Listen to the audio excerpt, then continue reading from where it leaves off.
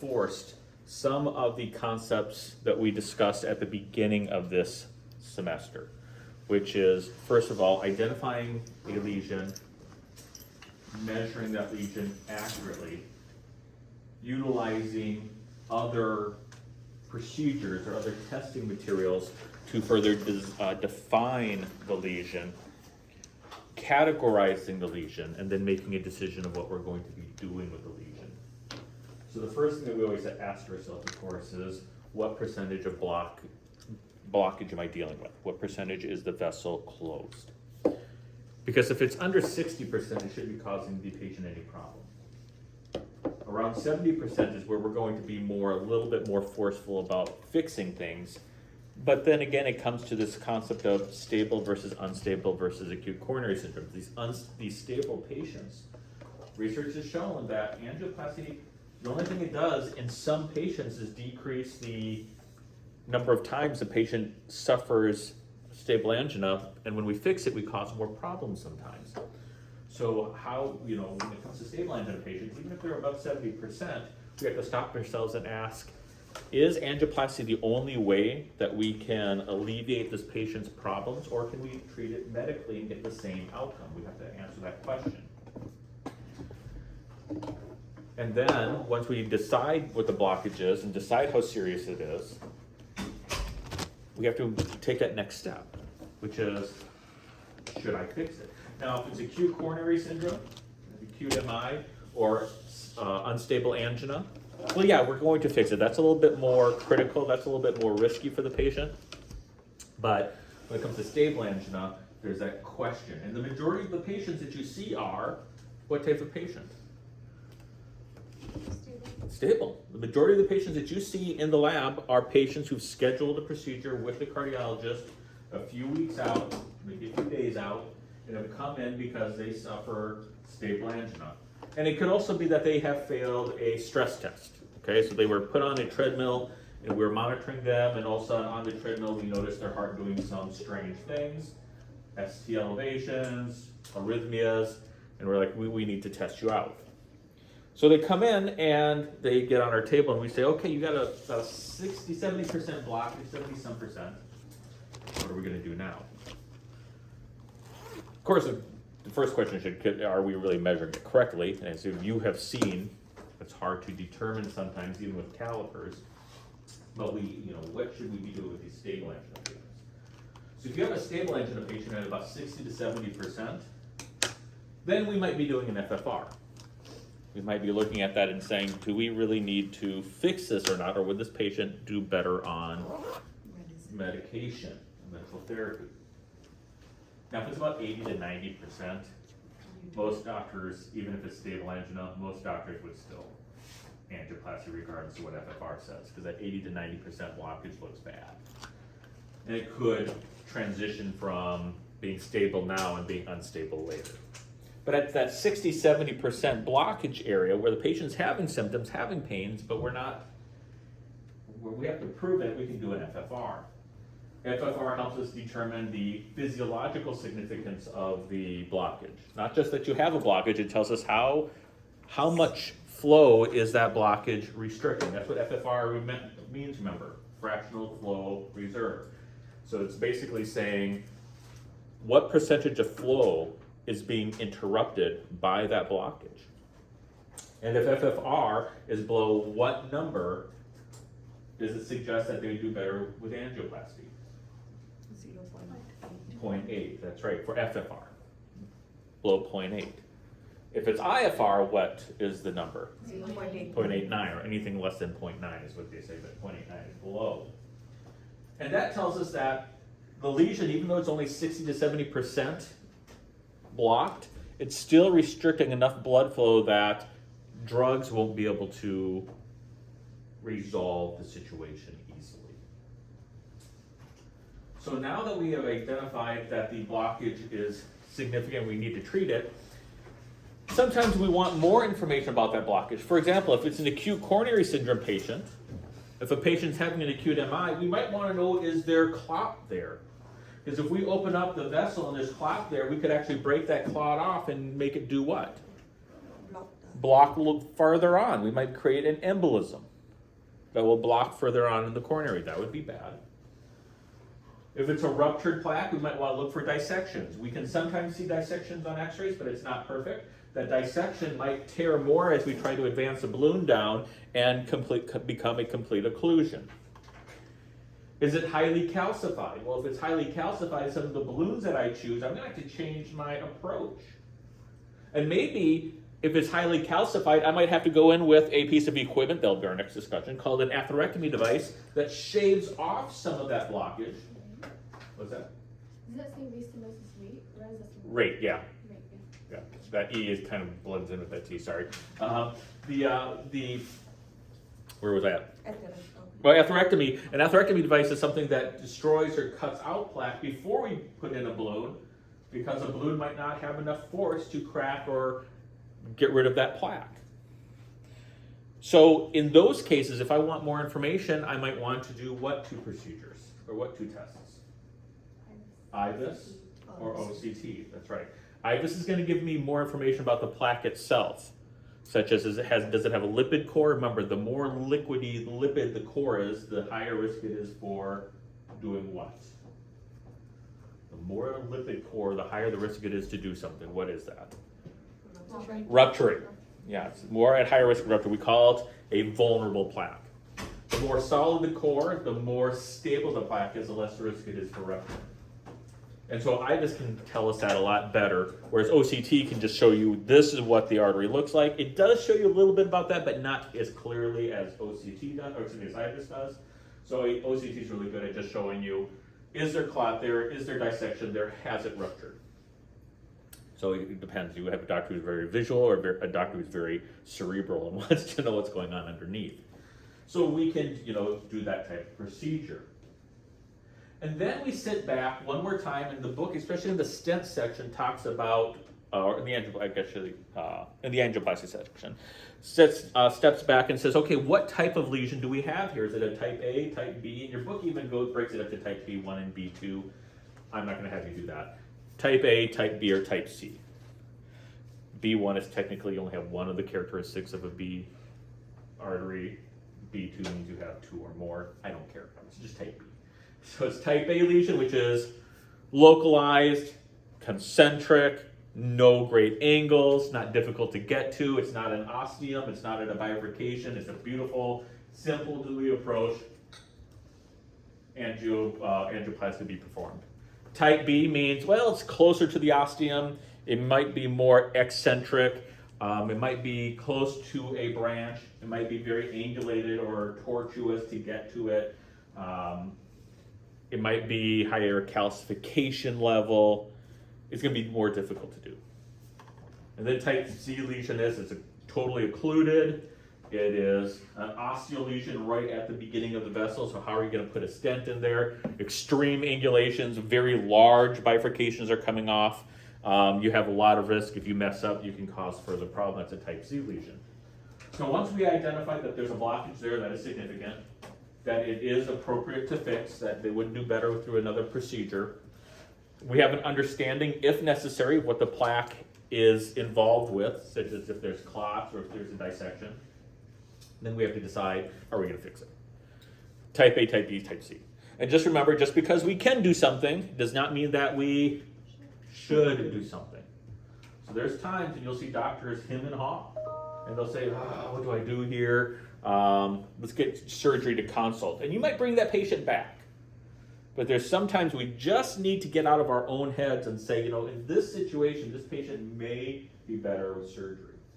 An example of that is left main. Left main right now is a huge debate. And if you read your stenting, which hopefully you have, if you read the stenting chapter, it talks about this argument we're having with left main. Up until fairly recently, if you had left main disease, you went to surgery. But research has come out and states that if you are a good angioplasty, good interventionalist, if your skills as an interventionalist are high enough, the outcomes of stenting left main are almost as good as surgery. We call it non-inferior. What that basically says is angioplasty isn't quite as good at surgery in avoiding bad things from happening, but it's not really worse than surgery. Does that make sense? But that's only if you have really good skills. And so then it goes back to, does the doctor want to take that chance? And what is the patient's overall health? Are they diabetic? Diabetics do better with surgery. Honestly, if you read all the statistics, and even in your textbook, diabetics do better with surgery. The vessels are smaller, they're at higher risk for reocclusion, they have higher risk for clotting and blood clots. So diabetic patients with left main disease, we'll probably send them to surgery. A patient who's not diabetic who has left main disease, the doctor, if they're good enough, might consider doing an angioplasty. Does that make sense? So there's that consideration, that concern that we have then about how we're going to go about doing that.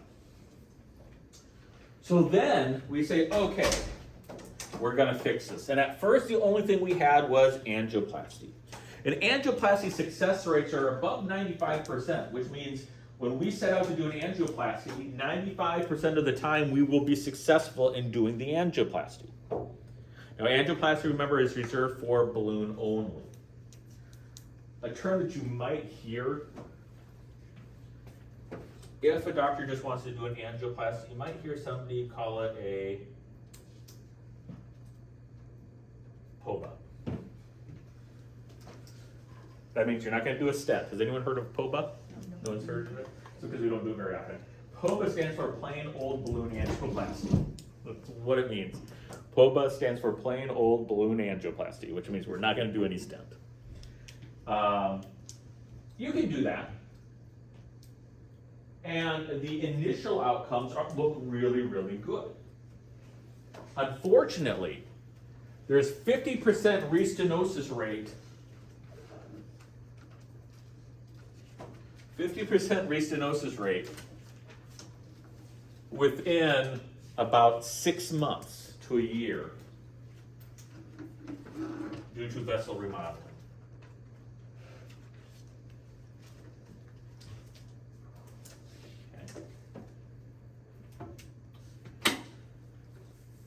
And the reason for this is because how angioplasty works. Remember, angioplasty does not compress plaque like your footprint in the snow.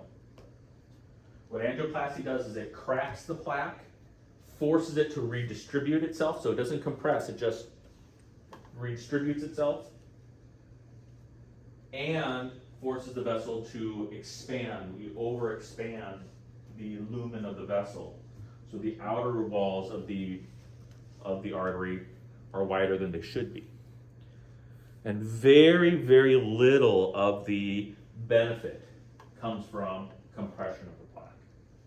So almost all the benefit of the plaque is cracking it and making it redistribute itself, and then overextending the vessel wall.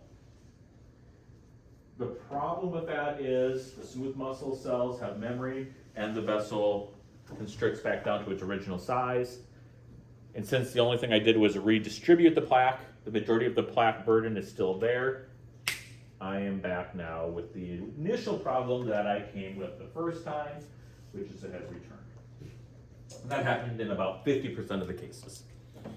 And oftentimes we do a second angioplasty.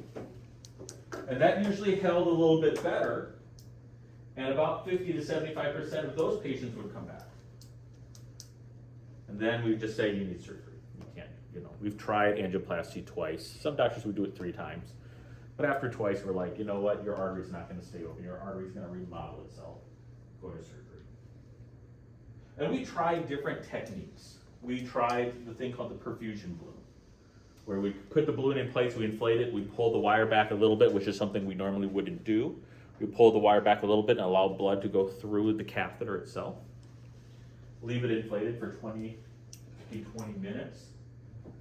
And that worked a little bit better, but it's not practical. It's just not realistic. So we would try angioplasty. Many patients still went to surgery. And we stated to ourselves, how can we fix this? So then we started to put in something called a stent. And what is a stent? What does that mean? What is a stent? Something that keeps something open. Something that keeps an orifice or an opening open, okay? Keeps an orifice or a lumen open. It's a stent. First created by what type of doctor? Dentist. Dentist. And what was the dentist's name? Step. Dr. Stent. That's great. Sounds like a weird last name, but that's his name, Dr. Stent, okay? So it came from this term came from a dentist. That's not who created them. That's just where the term comes from. And what we did is we created a metal mesh, a metal tube that we could deploy inside the vessel.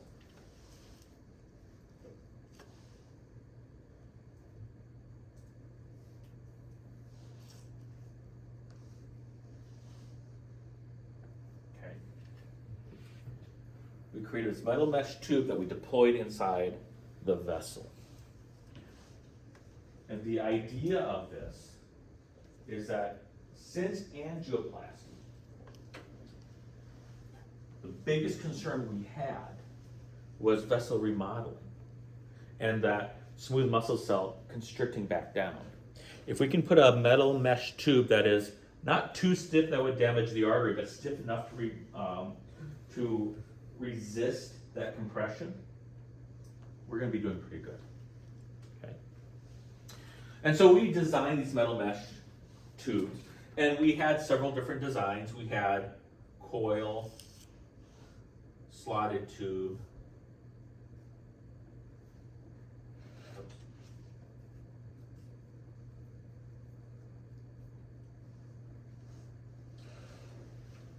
modular. I'm very careful when I write slotted tube because if I go too fast, my O's look like U's, and students were thinking I was writing something else, which isn't appropriate. So it's slotted tubes. Well, slotted tub. Yeah. Oh, tub. There we go. The tub. Yeah, it fits. Slotted tube. I was worried about the O more than anything else. Slotted tube. Not worried about the E. Worried about the O. So slotted tube and modular. Now, first all we had was coiled. Oh, there was one more that we no longer use. With the coil, we also had something called the clamshell. And there is a picture in your book about clamshells. See if I can pull it up here. This is a clamshell on the left.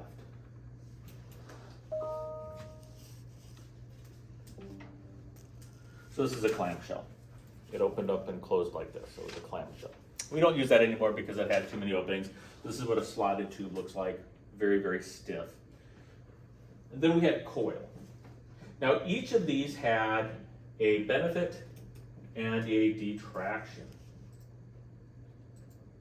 The coil's benefit was it was very flexible, but the detraction was it doesn't have much support, stability, and did not have much scaffolding.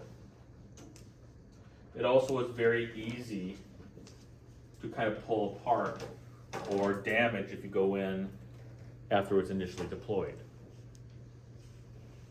The slotted tube had benefits in that it had great scaffolding, great radial strength, but because it was basically a slotted, it's just a tube that they etched out with a laser, these openings in, it was very stiff and hard to deliver. So the coil was easy to deliver, but had poorer outcomes. The slotted tube was harder to deliver, but had better outcomes. So then we also created the modular. And the modular device was taking sections of slotted tube and connecting them to each other with flex points or flex struts. And that's what most of them are. Most that we use are modular now. Now, once we decided what design we have, then we had the question of open or closed cell.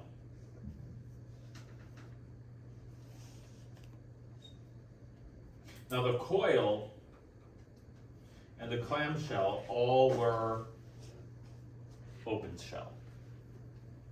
The slotted tube, the modulars, we could decide is it open cell or closed cell design. Now there's a benefit to these. Closed cell gives us more scaffolding, more coverage, better radial strength. Unfortunately, what happens to its flexibility if it's closed cell?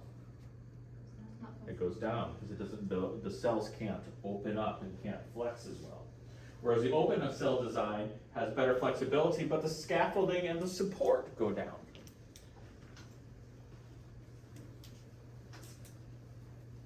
So that's, once we decided that, the next thing that we had to decide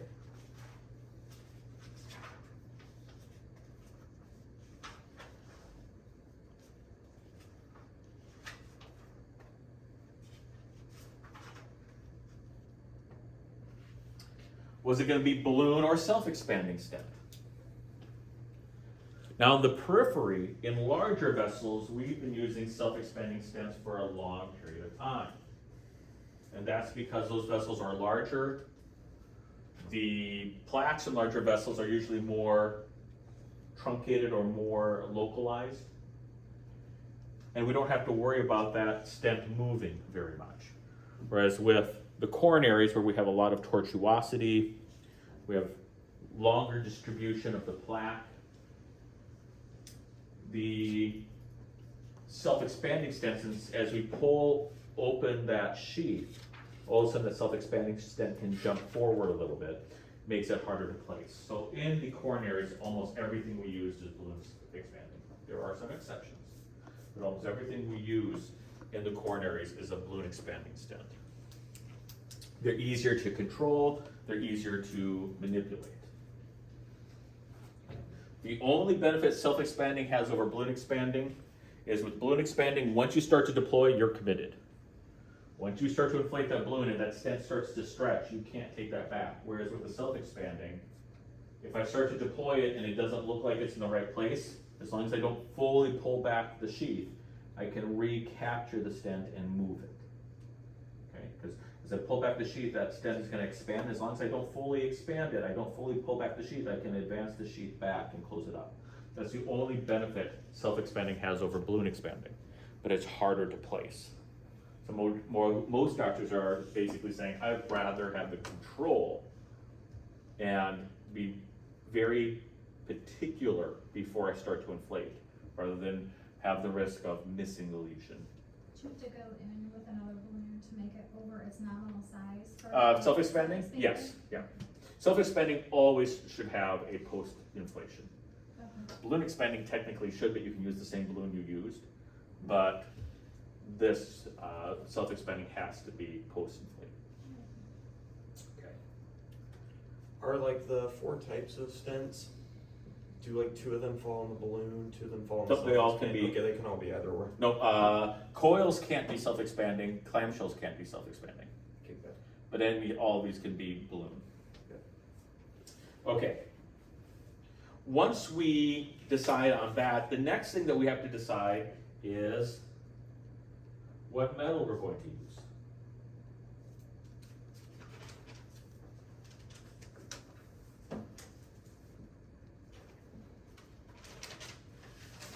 We have stainless steel, cobalt chromium, and then platinum chromium.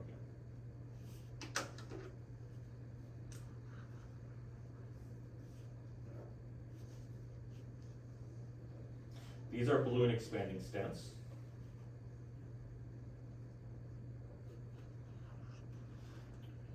For self-expanding stents, we have stainless steel.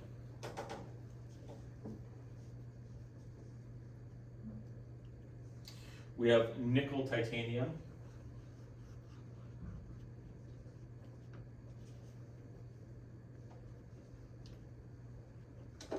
And we have an isopone. These are self-expanding.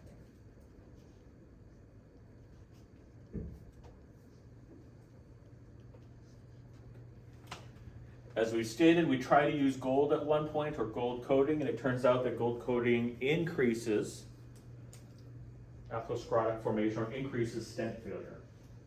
We still don't know why.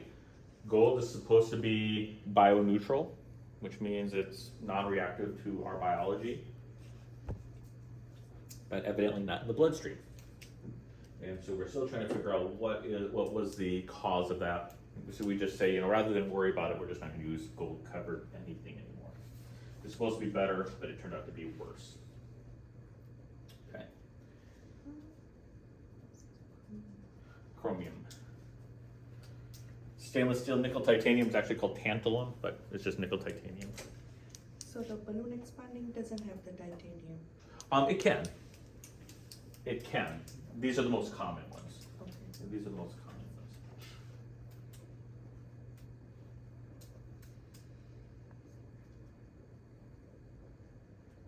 Okay. Now, the next thing that we have to decide is, let's choose now the proper size and length for the stent. Okay. What length and size will I have for the stent? Now, this is in your reading. I'm not going to rewrite it over because it is in your reading. It's page 743. And it has some very good guidance. Okay. So, choosing optimal stent length. This is table 31.4. We need it to be long enough to cover the lesion, but not over extending past the lesion. Okay. When you inflate a stent, it embeds itself into the tissue of the artery. And so if you have healthy artery that is having this piece of metal jammed into it, we can actually damage normal tissue. So we want the stents only to be as long as necessary to cover the blockages. Okay? You don't want to cover a healthy artery if you can avoid it. So how do we do that? Well, you want a 2 millimeter measurement on either side. Okay? So if you have a vessel blockage that is 3O, we want to kind of have a reference point 2 millimeters before and after to make sure that that is going to be adequately covered. So if I have a lesion that's 3 millimeters in length, I want about a 7 millimeter stent length, 2 millimeters after the lesion and 2 millimeters before the lesion. And that allows us, because if I do it right at 3 millimeters, I might miss just a little bit of the edges of the blockage, and I don't want to do that. I want to compress the entire blockage. So I have to have a little bit on either side of that blockage, but I don't want to go over that because I'm damaging then too my healthy tissue. Okay, so you want 2 millimeters at either end. Okay.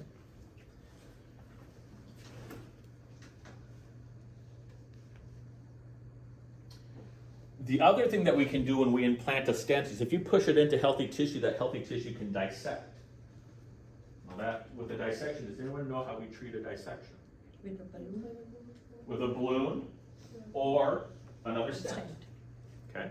You can inflate a balloon for a long period of time and kind of sticky it up. Or we can just put another stent in. But the problem with that is the more stents I put in, the more complications there are, and I could actually cause more and more dissections. So we want to avoid that as much as possible.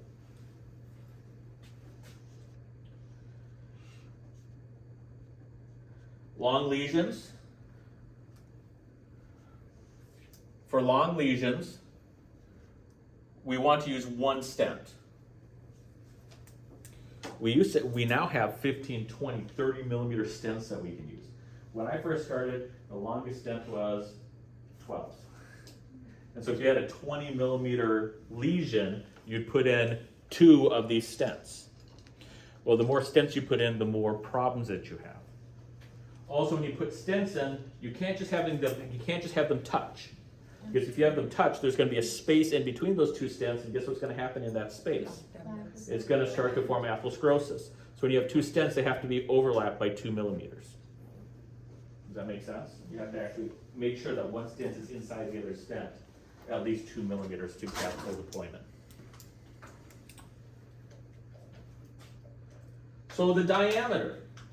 We want it as close to the healthy vessel as possible.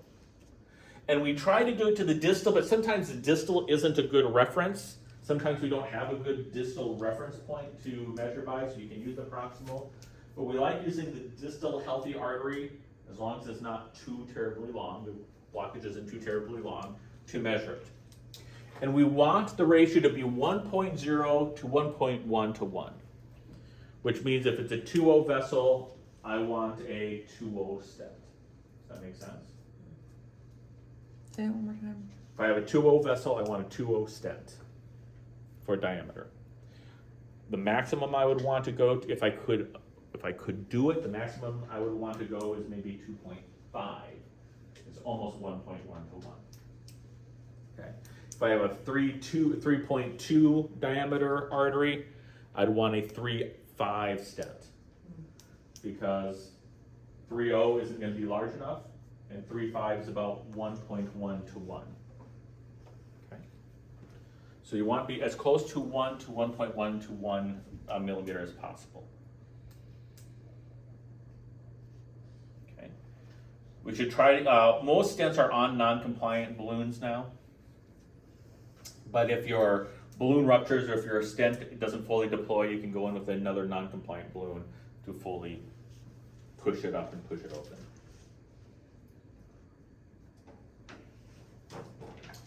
So direct stenting has been a big question in the field of invasive or interventional cardiology for a while. Direct stenting can be done, which means you just go in there with a stent and you don't worry about ballooning it first. Okay, you just go in there with the stent, you do everything in one fatal swoop. You just go in with the stent, inflate the stent, take a picture, take the balloon, inflate it a little bit more if necessary, and get out. However, when we have lesions that are excessively long or tortuous or highly calcified, or at a bifurcation, or if it's acute MI and might have clot, there are considerations in which we might want to do an angioplasty first. So we might want to go there with the balloon first. Okay. Open it up. Why, especially if at a bifurcation, why might we want to use a balloon approach first?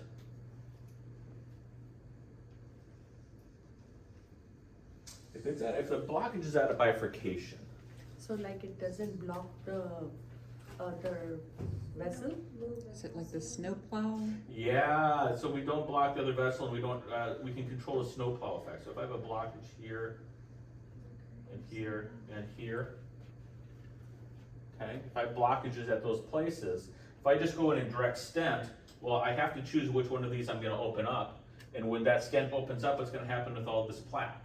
Either one would be It's blocked going to the be other vessel. narrow one or the other, because that plaque has to, remember, we don't squish it, it redistributes. It's going to be pushed out of the way. And so if we go in there with a balloon, we can do something called the kissing balloon technique. And what's the kissing balloon technique? Two balloons at the same time. 2 balloons, 2 wires. I put a wire down here, I put a wire down here. I have a balloon that goes here, at the same time as I have a balloon that goes here. And we inflate them simultaneously, redistributing the plaque between those 2 balloons. When you do that, do you have 2 inflators? Yep. Or you, You have Yes. 2 inflators, 2 people inflating. You and the doctor are usually working in tandem together to inflate it, usually to the same so just in pressure. sync, like let's Yeah. go up. Yep, go up as quickly as you can, squishing that plaque out of the way. It's called the kissing balloon technique. And then that hopefully has redistributed the plaque enough so that when I put the stent in one, the other side stays open enough that I can put a second stent into there as well. Okay, so sometimes when we have bifurcations, it's good to do a balloon angioplasty kissing balloon technique before we do it. Makes deploying the stents a lot easier. You get a lot better outcome. If you have acute MI, sometimes gives you a better landing. Acute MIs are usually caused by total occluded vessels. So doing a balloon angioplasty and getting it opened up a little bit so we can see what the blockage looks like, so we can see past that point of occlusion, is beneficial. So we don't just go in there blindly with a stent that's too big or too long. So there are times when we still might want to consider pre-dilating. And then post-dilating. Post-dilating,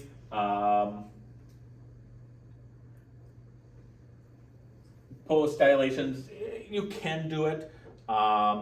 If you don't think it's dilated enough, we can go up to 16 to 18 atmospheres. But most of the time, the balloon that we can use, that we use, is enough to dilate it up, but we should always take a pause and check. Okay. Now, a lot of times doctors will put in a stent and just do a visual assessment and say, hey, that looks good, that's appropriate, that's great, that looks good. But we can't see the vessel wall. So even though we can see the stent, oftentimes there's no way for us to see if the stent is against the vessel walls completely. And if the stent is not against the vessel wall completely, we're going to have reocclusion problems. The only way we can determine that is with IVUS or OCT. And we also are assuming that that stent is allowing enough blood flow down the artery to maintain adequate flow. Well, the only way to determine that is really with FFR. Okay, so we can go in and check to see if we need to post-dilate. And if IVUS or FFR says, hey, this vessel is not fully expanded, we should do it again. So how do we know we were successful? Again, this is still in the same chart in your book. Stenosis is less than 10%. We have TIMI 3 flow. We have, at the end of the stent, we have clear, healthy tissue. And we don't have evidence of thrombus or perforations or dissections. As long as those things are absent, we say that we have adequate angioplasty. Okay.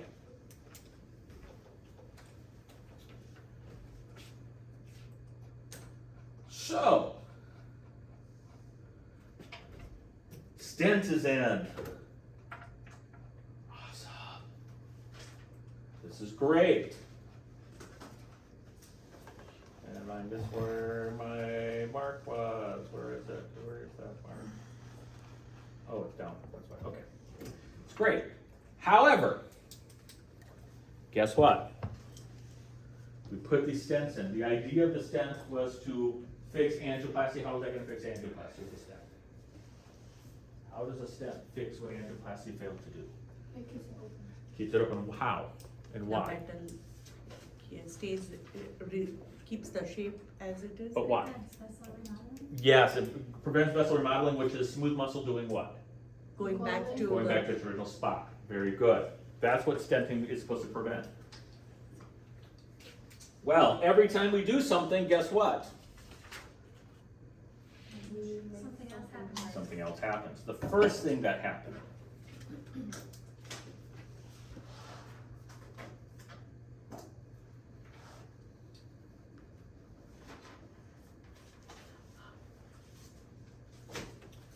acute thrombus formation. And even though it says acute, it's not very acute. This is blood that is clotting inside the stent.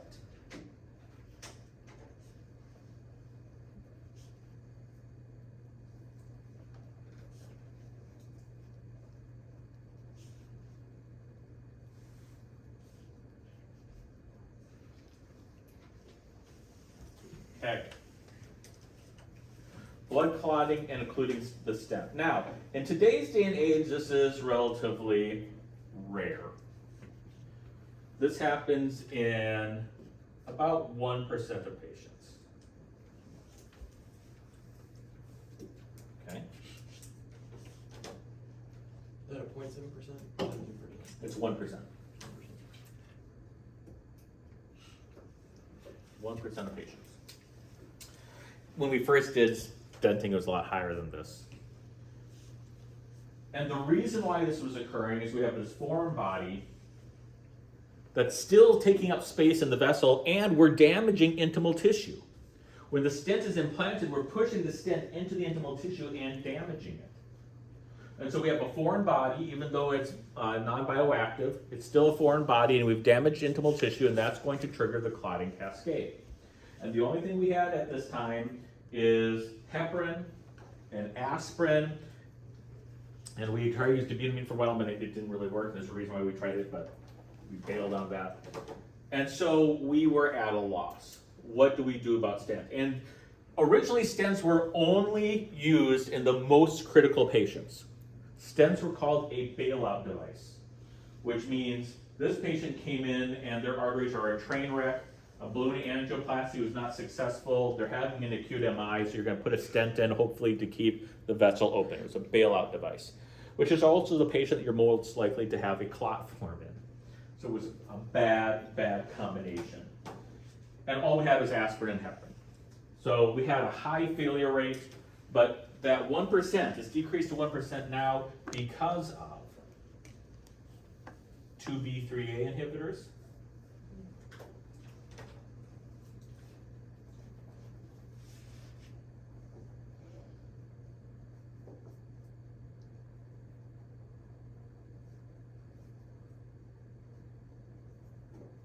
And ADP, or also known as P2Y12 inhibitors. The P2Y12 and 2B3A are the receptor sites that are activated during stenting. If you're an acute MI, you'll get both. If you're just having a stent put in, you'll get either one, but usually an ADP inhibitor. 2B3As are a little bit difficult to deal with, difficult to manage if they start bleeding. It can create some problems. But by utilizing these, we've decreased the acute thrombus by 1%.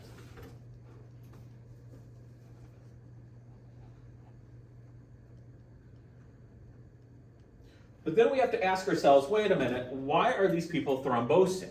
Is there anything that puts a patient at risk for thrombosing? Yeah, there is a lot of things that can cause a patient to be at higher risk for thrombosing. However, some of them are patient-related and some of them are us-related. Okay? So patient-related, the top 4 are the most important. Smoking, if they're smokers, you have a higher coagulability in your blood if you're a smoker. Stop smoking if you're smoking, don't. I guess it doesn't include vaping. Stop it. 2, diabetes. Diabetes also triggers hypercoagulability and gives you smaller vessels. The vessels constrict a little bit, making them smaller and more prone to clotting. 3, chronic kidney disease. Chronic kidney disease increases your coagulopathy, increases the risk of clotting. The rest of these are rather uncommon. Thrombocytosis, that's where your body just naturally breaks down, has a genetic combination that breaks down. Acute coronary syndrome, I'm sorry, I forgot to mention that. Acute coronary syndrome, obviously with acute coronary syndrome, you're already forming clots. Remember, acute coronary syndrome occurs when a clot forms inside a vessel and occludes it. But the rest of these are kind of uncommon. High post-treatment platelet reactivity, these are people who are reacting to heparin, like KIT syndrome. Premature cessation of dual antiplatelet therapy. If the patient stops taking his drugs, that pisses us off. And you will see this, and it's unfortunate. You will see this in lab, in which a patient will come in, you saw them maybe a month or 2 ago, and they come back with an acute MI. You take a picture and the stent is totally blocked. And you're like, but it's clogged. And the doctor will ask the patient, have you been taking your meds? Anticoagulant meds are extremely expensive. They are not cheap. And a lot of patients will just say, I just couldn't get them. I couldn't afford them. Well, guess what? You need those drugs when we put a stent in to keep it from clotting. If you can't afford them and you don't take them, you will clot. So a lot of cardiology groups now have special relationships with a lot of the manufacturers where they get free samples or something like that to give patients who are in need. Because if you don't take it, your stent will clot. Things that we do, okay? This is why we should pay attention to our stents. So these are things that the patient does, but we can do things that increase clot formation as well. For example, if the stent isn't properly inflated, if I have a space between the stent and the artery, guess what's gonna slow down right there? Blood, and it's gonna clot, okay? So if I have poor expansion, if I have dissections that I didn't see, so I inflated my artery and I have the stent, but I have this dissected vessel right here, right at the edge of the stent. Well, what's that going to do to blood flow? restrict it and cause it to start to clot. The patient takes too long to grow over the stent. We'll talk about that here in a second. Thicker stent struts. Remember the metal to artery ratio? If you have more metal in the artery lumen than you have lumen because the vessel's too small or your struts are too thick, that blood, when it hits that strut, will slow down and it will clot. Okay? Hypersensitivity to the stent, that can happen. Strut fractures, very rare. That happened. We think that's what happened with our gold stents. We're not quite sure. We push too much pressure against the artery and the artery starts to aneurize. So if you have too much pressure against the artery, I don't want too little, but if I have too much, the stent pushes too hard against the artery, that place of the artery could start to become an aneurysm. Doesn't happen very often, but it could. Okay, and you didn't hit everything. There is new atherosclerosis that has started to form within the stent, and that stent has, now that atherosclerosis has ruptured. That can also happen. So these are things that can cause the stent to clot. So that's one of the problems that we had. Now when we're talking about clot, you'll hear a doctor classify the clot within a stent. And yeah, you can do definite, probable, or possible. We're not really concerned about that classification. We're worried about the timing. Is it acute, subacute, early, late, or very late? The first two are what we saw with the original stent, or the first three within the original stent. Acute within 24 hours, almost all of our patients would come back 3 days later. All we had was aspirin and heparin. We put a stent in, we inflate it, we put them on aspirin and heparin, it wasn't enough. Every patient after they had a stent in, when we originally put these in, had to stay 3 days. Because it never failed. Day 2, this would start to form. Clot. And we're like, why? Why is this happening? So acute thrombus formation, acute and subacute thrombus formation was a big deal. Now, in today's day and age with bare metal stents, acute, not very common. Subacute, not very common. But we're seeing more early and late with bare metal stents. Why would somebody have an early clot? So they got out of the hospital, they were fine. They made it past that one day, and they made it past that month. But all of a sudden, at the end of the month, they form a clot in the stent. Why? They're allergic to the metal? Well, could. That's not the most common. Why is that? Didn't take meds. Didn't take meds. Yeah, they can't take the meds. So we see more, rather than more acute and subacute, we're now starting to see more early and late with bare metal stents. So we had to come up with a solution, which is the 2B3As, the ADP inhibitors, try to make them more economically affordable for our patients, find ways to get it to them. And stents, they're going to solve our problems, right? As long as we can get rid of the clots, our problems are solved. Because balloons failed because the artery could reconstrict itself, and the stents prevent that. So we put these stents in, and we avoid clots, and all of a sudden it's panacea, right? Everything is happy. No. Something weird started to happen, and we didn't understand it.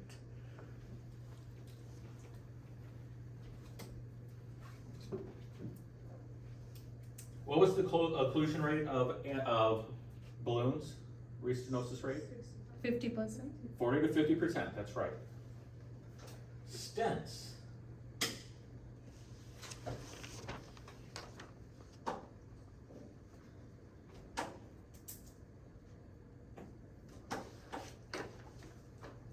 Something we call a TVR, target vessel revascularization. That means we have to go in and fix it again. Thank you. I like the little point. Rather than saying you're an idiot, put it up. I like your subtle point. TVR, if you see TVR, that stands for target vessel revascularization. That means we have to go in and fix the same place again.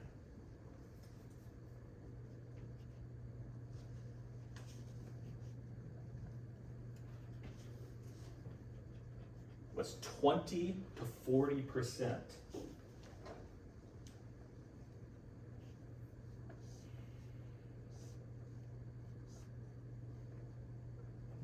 6 to 12 months. Most of the time it's closer to 20 to 30%.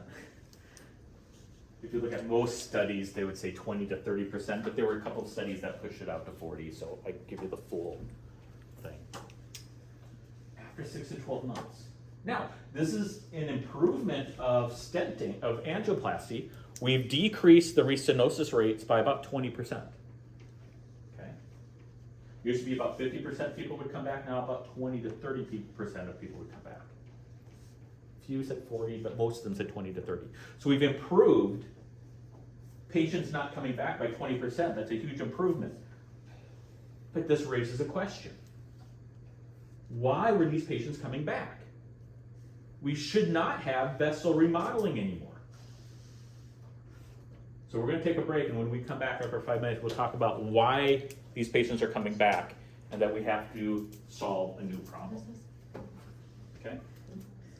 Target vessel revascularization.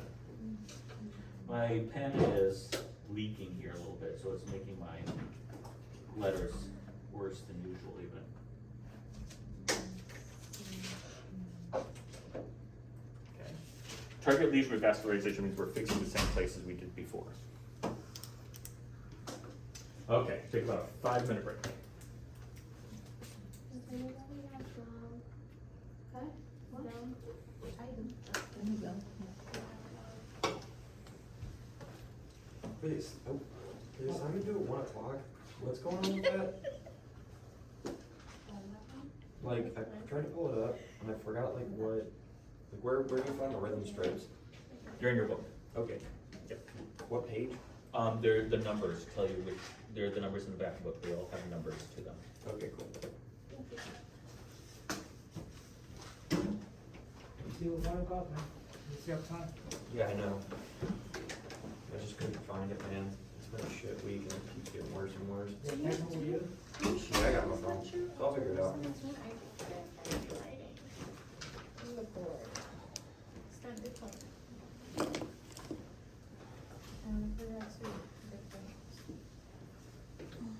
Are your kids going to the tree? Yeah. Oh, okay, then, that's it.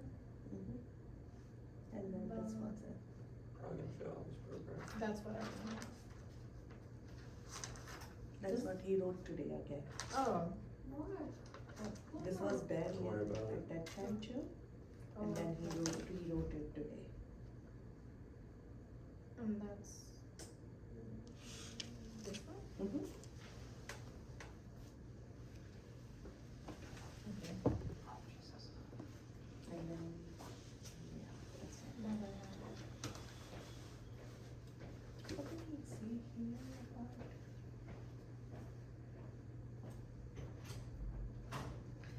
What did he say about the expanding stent, they are post-procedure?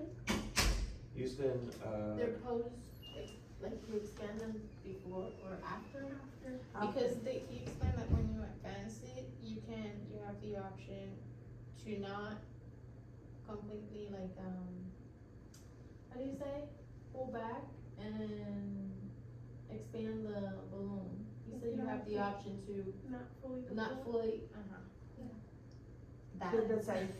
Yeah, for the self-deploying, but the thing is that they're harder to place because they jump forward. So that's their biggest problem is a little harder to place than the other ones.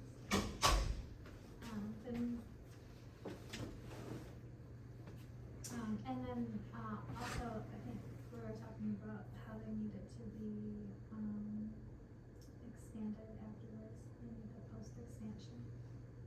That is correct.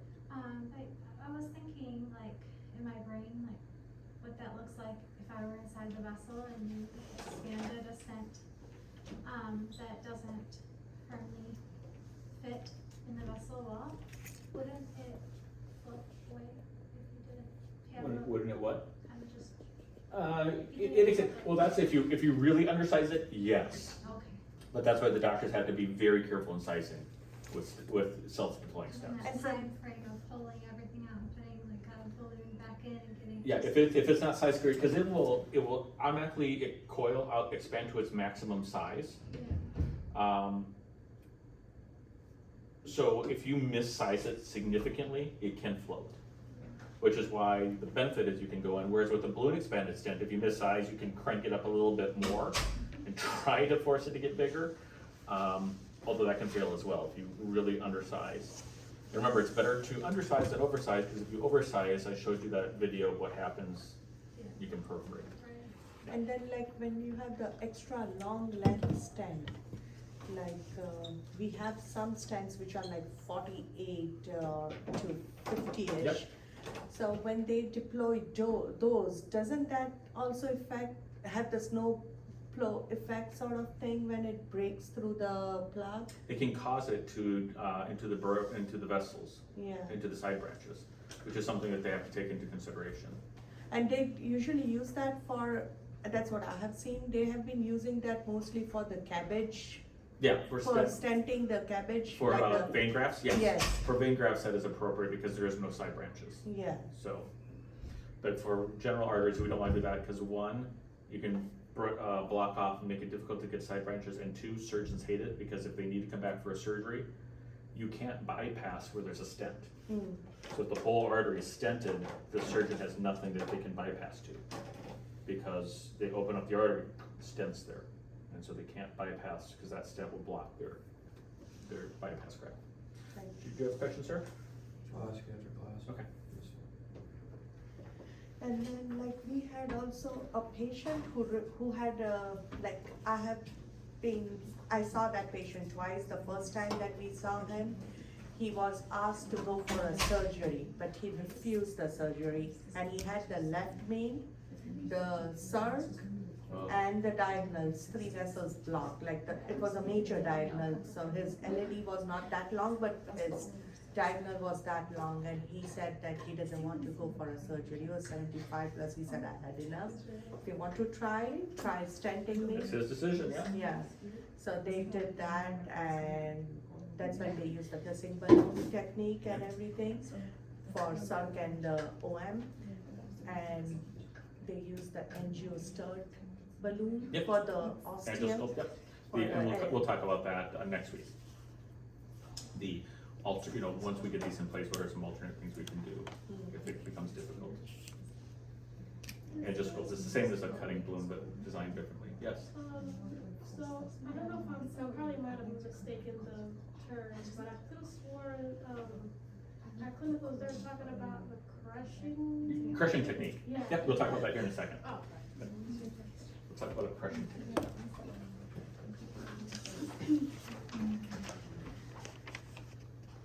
Matter of fact,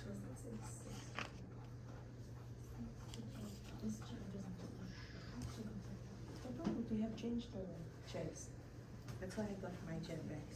It's somewhere there.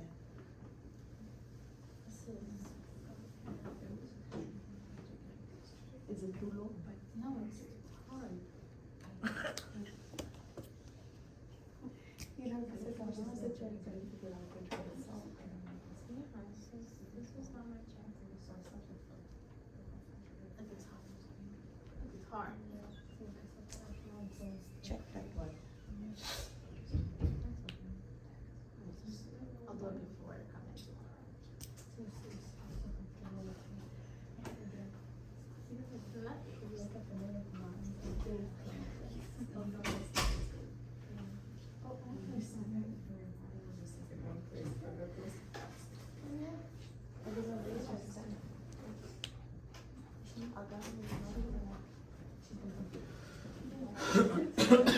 She did not text. what was that? Yeah, she's gonna be done this morning.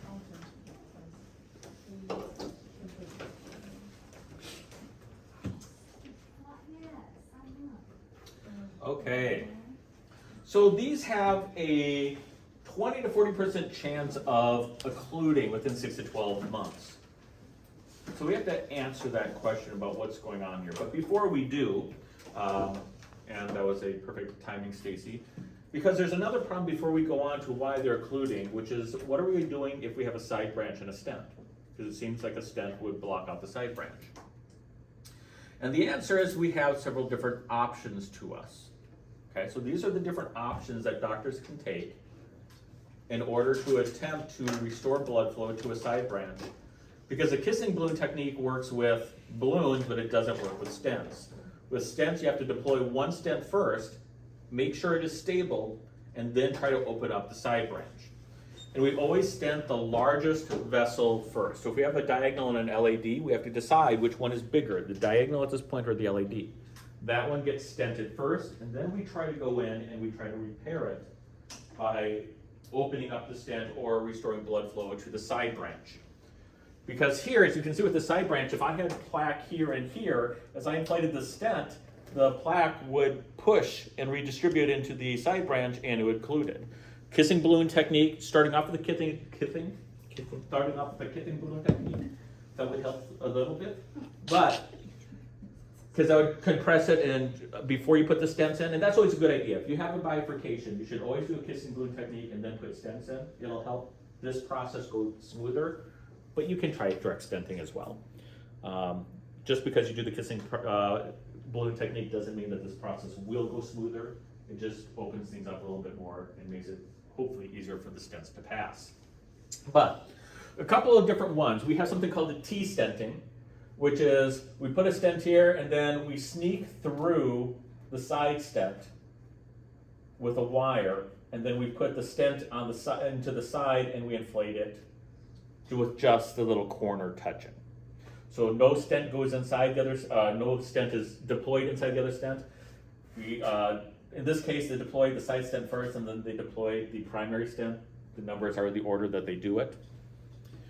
There is still a risk of the side branch being occluded by that secondary deployment, okay?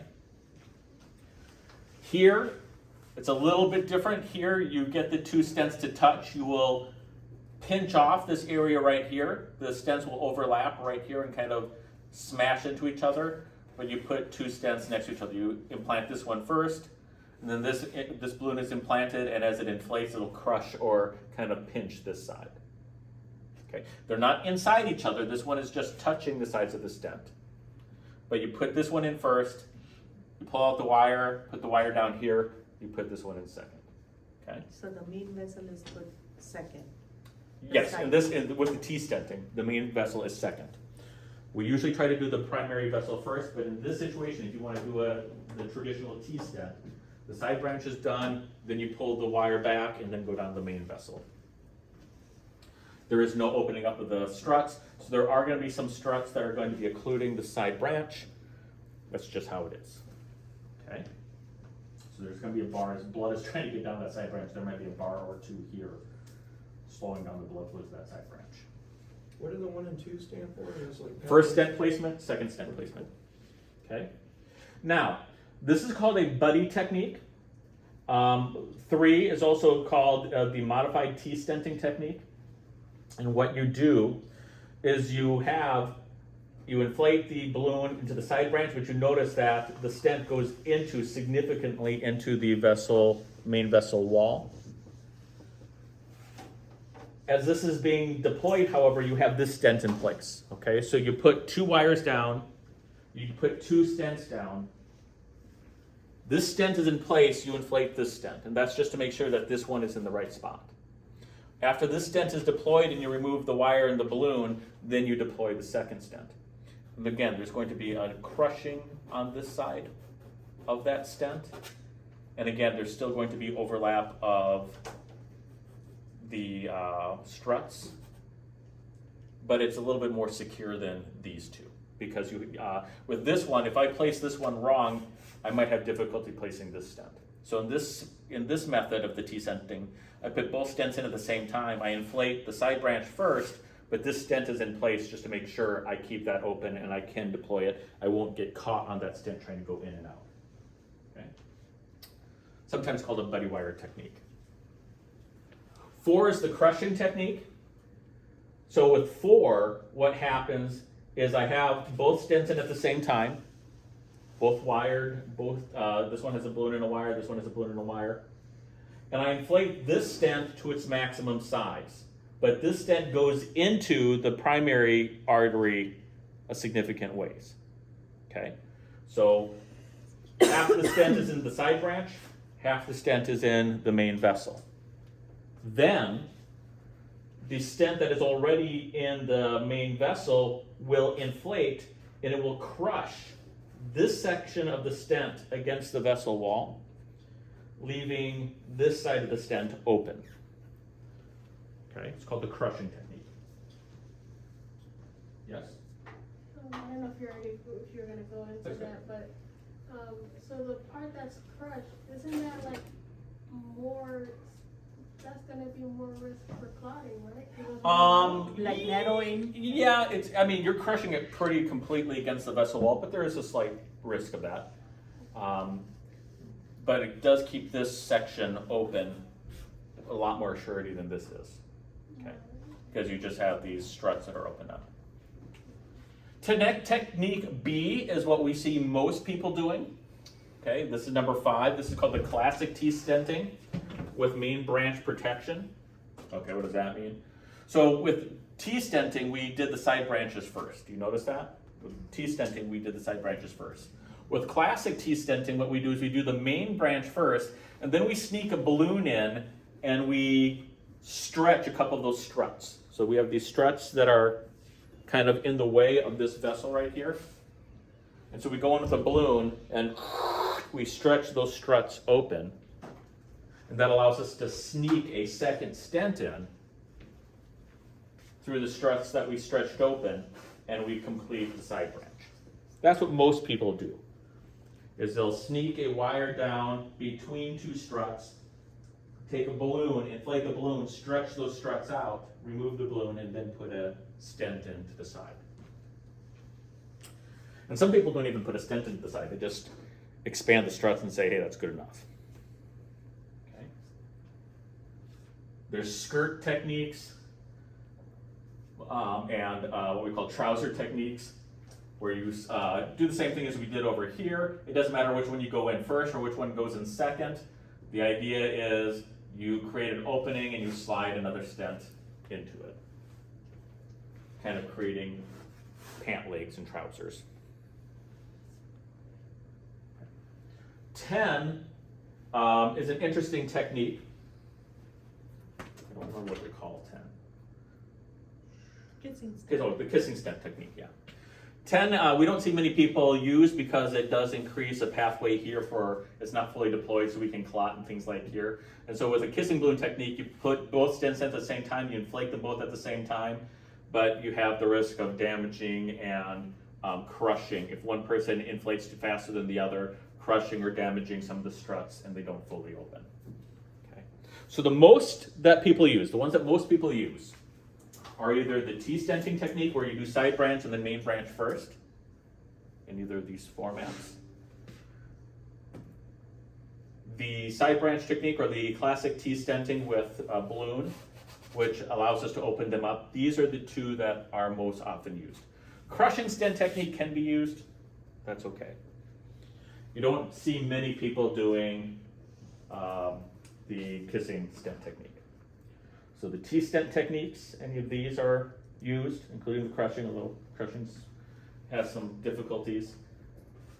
The classic T-stenting with strut opposition. Every now and then they'll have somebody doing a skirting technique, but not very commonly. Every now and then you'll hear somebody say, you know, I'm going to put a buddy wire in. A buddy wire is a secondary wire that goes in place to try to keep the vessel open, the side branch open in case something is closed off. So you'll hear a doctor say, I'm going to put a buddy wire in. They just put a second 014 wire in. Usually goes down a side branch just in case that vessel occludes. They can go in and open it up in case they get into a problem. So there are ways to do bifurcations, but bifurcations get tricky. People have asked, why don't you create a Y stent? We tried to design something called a Y stent, a stent that had 2 legs. It's not easy to design. They've all failed. Because a Y stent would require 2 balloons in one stent, or a balloon that could Y at the end, and then everybody's bifurcations or everybody's offtakes are different. So how do you choose the right Y shape? It's just really confusing, and it's failed. So we've made our own stent techniques to make up for bifurcations. I'm willing to bet though that most of the time you'll see this one being used. You said your doctor likes to do a crushing technique? Well, before they, cause the second patient that I seen that they were gonna send for the left main disease, they're trying to figure out if they should fix a bifurcation. Oh. Yeah, cause she had multiple, like, Fix the bifurcation before they sent her to surgery? Okay, Yeah. and that would make sense, because that would protect them and she's gonna have surgery anyways. yeah, so they didn't. So they're just trying to, well, to get her to surgery, maybe we can do this and then they'll just bypass around it later. That's possible. Okay, so those, if you hear those techniques, T-stenting, that's what these are. Crushing technique, that's what this is. That's just what they're doing. They're putting 2 stents in to try to keep a side branch open. Okay, but now we have a problem where if they don't clot off, these are at higher risk of clotting because we have bifurcations, but if they don't clot off, all of a sudden 6 to 12 months later, they're coming back with stenosis. Now this was supposed to fix everything. Balloon angioplasty was the biggest thing since sliced bread, and then all of a sudden, 50% of the patients started coming back, 40 to 50%. We're like, okay, now we understand what's going on. Balloons don't do what we thought they did. They don't compress, they redistribute. Okay, we understand. Vessel remodeling. So we're gonna put a stent in to stop that vessel remodeling. We should be good. Clots. Okay, we should have seen that coming. That's our bad. We're putting a foreign body in. We're damaging endothelial cells. We should have been expecting clots. We don't have the right drugs. We get the right drugs in. We're like, great, this is awesome. Stent should be great. 6 to 12 months later, 30 to 40, some people, or 20 to 40, some people say, most of the time 20 to 30, some people say 20 to 40. % of the patients come back in 6 to 12 months, and we are flabbergasted.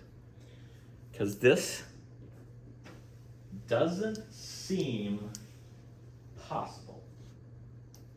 It's not because of clot. This is an occlusion. This is almost like plaque buildup. But it can't be plaque. Why can't it be plaque? Plaque takes so long. Takes to- years to develop. How long did this take?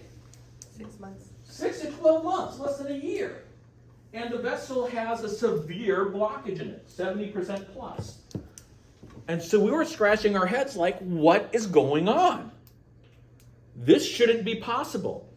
And then we started to do pathology studies of what we remove from the stent if we remove it.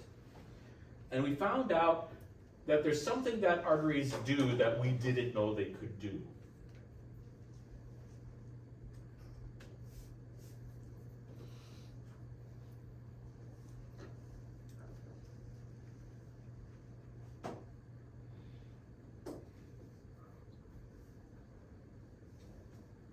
Something called neo-intimal hyperplasia. Now there's something we did know happened. And that is, once a stent is put into place,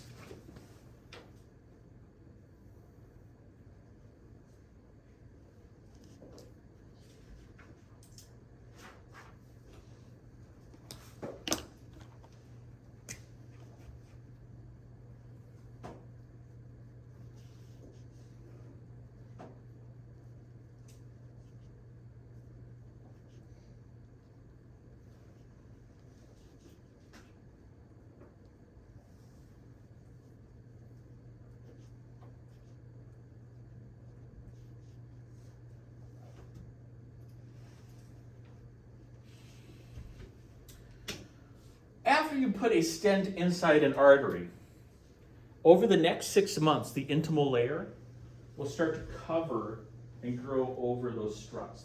The stent becomes part of your vessel. It takes about 6 months for that to happen.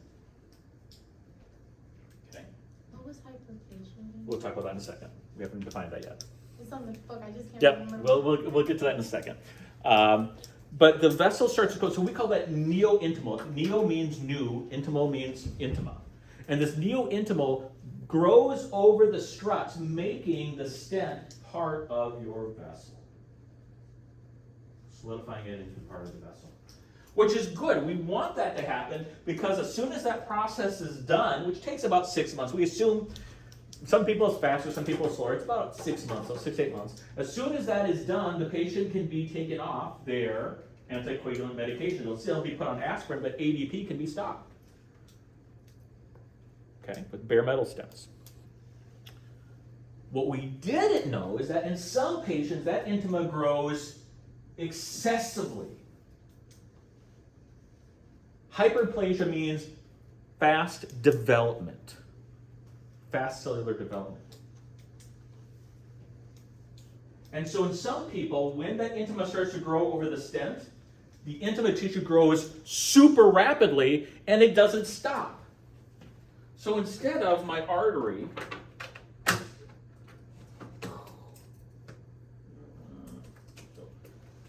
here's my artery. My stent's in there. And what my intima is supposed to do is it's supposed to grow around that stent, just covering it enough to stop it from being exposed to the blood and the blood wouldn't clot. So this is the vessel wall, the vessel lumen. Here's my stent struts. So like an ibis here. What's supposed to happen is my intimal tissue should just grow around these struts, protecting it from the blood, decreasing the risk of clot formation. Okay? However, in some people, when that intima starts to grow, it continues to grow, and it grows so much that what starts to happen? Narrowing. It's not atherosclerosis. It is natural tissue.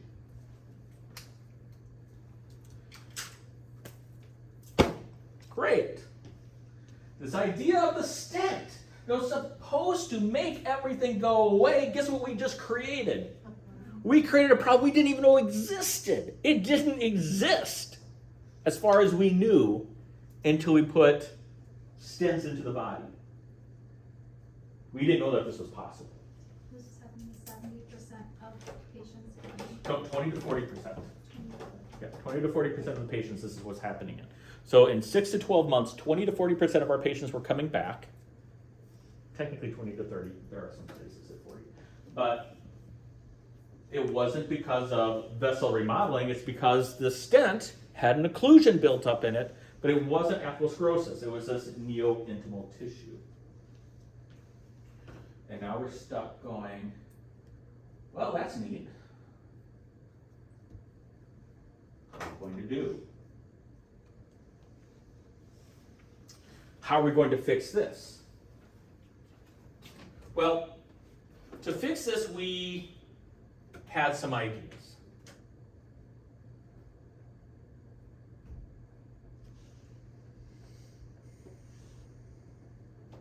Atherectomies. Those are devices that we'll talk about next that drill out and remove the tissue. We go in and we remove the excess tissue. We cut it away. Okay. Open that up. Just kind of cut away that intimal tissue and open it up a little bit more. It worked a little bit, but sometimes the intimal wouldn't stop growing. So we're like, Are there like certain risk factors that put you at a higher risk of hyperplasia, or? Not that we can tell. Okay. There are some, but nothing that's specific. We have this device called the cutting balloon. Okay. Now the cutting balloon is a cool balloon. Actually, let me pull a picture of the cutting balloon.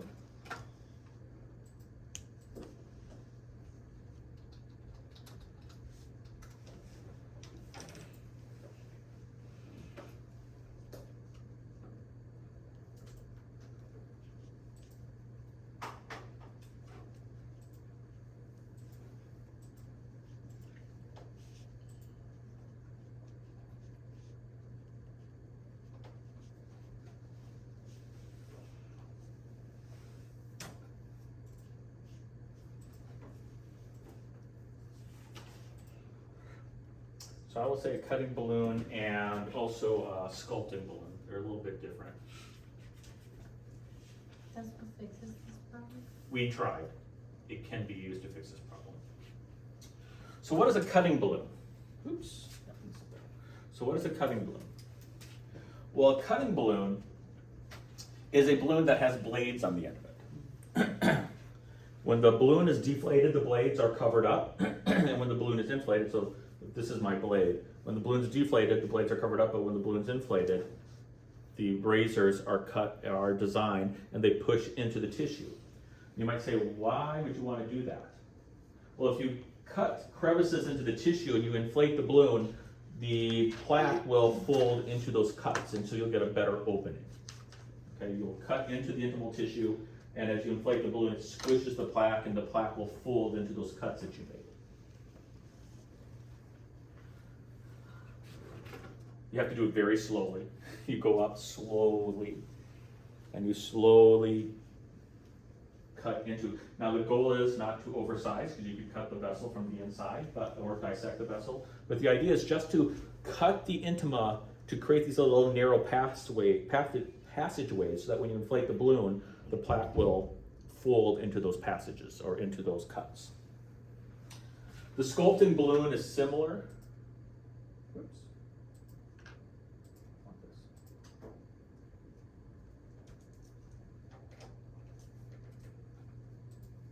The sculpting balloon is similar, but instead of having straight razor blades, they have the spiral on it. And as the balloon inflates, that spiral cuts into the tissue, creating gaps where the tissue can then fold in on itself. Okay. So why would one be used in the other? Depends on which one you like more. This one has less risk of cutting the vessel. This one has more control. And since it's not straight lines, it cuts, as it expands, it creates crevices that allow better expansion of the tissue, if you believe the research. Or Which one is this? company. This is the sculpting balloon guy. Yes? So would you deploy another set on top of it? We could talk about that in a second. So this is just to get rid of that plaque, right? Because that plaque it's not acting like a normal vessel anymore. We have to push this intima out of the way. We have to make room for this intima to go, because it's not reacting like a normal vessel anymore. With the first stent, we could overexpand the vessel. Well, I can't do that anymore. I've overexpanded the vessel enough. Now I need to cut this tissue to try to put and make spaces within the tissue for it to fold in on itself.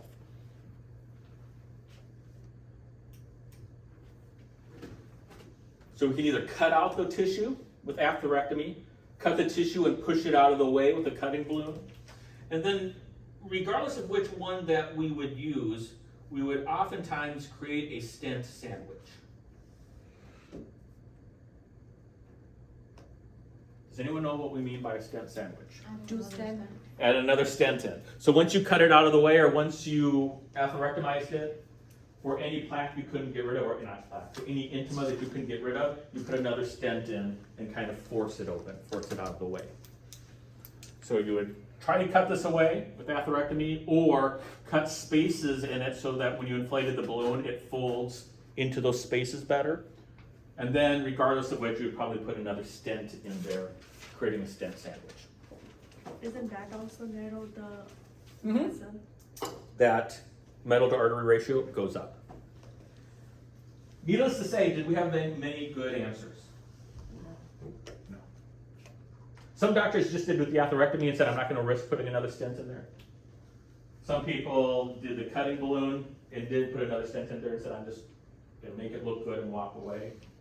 And some people tried the stent sandwich. None of these were a really good answer. I mean, they all had a failure rate in the 20%. Even after we fixed it, 20% of them still failed again, came back again. And at that point, what would we do with them? Surgery. But somebody started to take notice pretty early on, but we didn't know what we could do about it.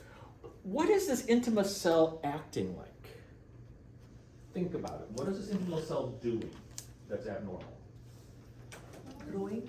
It's rapidly growing. We can't control its growth. What other problem is caused by cells rapidly growing that we can't control? Cancer. This isn't a cancer. I don't want anyone to confuse this. This is not a cancer. This is just a natural response that we don't know how to control. However, once it's activated, the cells act like cancer does. It's not a cancer, it won't spread, it won't metastasize, it's only right here, but the cells are acting like cancer. And so we started to ask ourselves, self, what if a patient came back with neointimal hyperplasia, what if we opened up the vessel or treated these tissues as if they were cancer? How do we treat cancer? Chemotherapy. Radiation therapy and Chemotherapy. chemotherapy.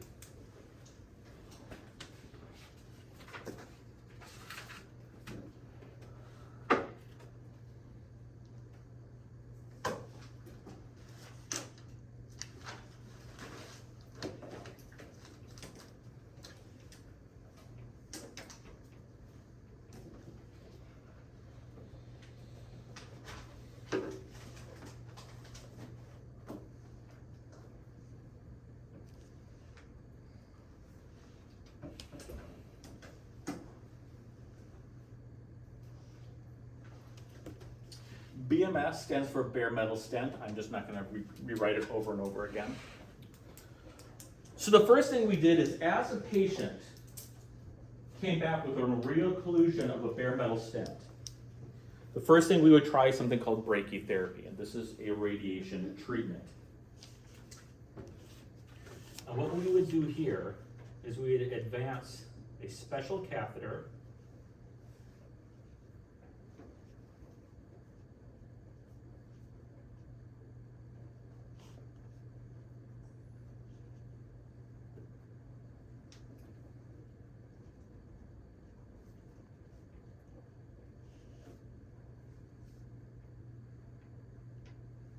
to the occluded, I shouldn't say occluded, but to the narrowed stent.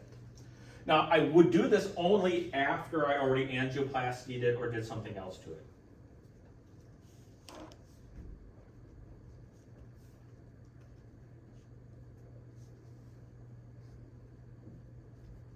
So I either did an angioplasty of that neointimal tissue to push it out of the way, or I did a cutting balloon, or I did an atherectomy. I did something to it. I opened up the stent again, but I don't want this to happen again. I don't want this tissue to grow back. Okay, so I got rid of it. I cut it out of the way by the atherectomy. I did a cutting balloon and pushed it out of the way, or I just went in with a angioplasty balloon and just squished it out of the way as best as I can. Then what I'm going to do is I'm going to advance the therapeutic catheter to the occluded stent, or to the stent that had the neointimal hyperplasia.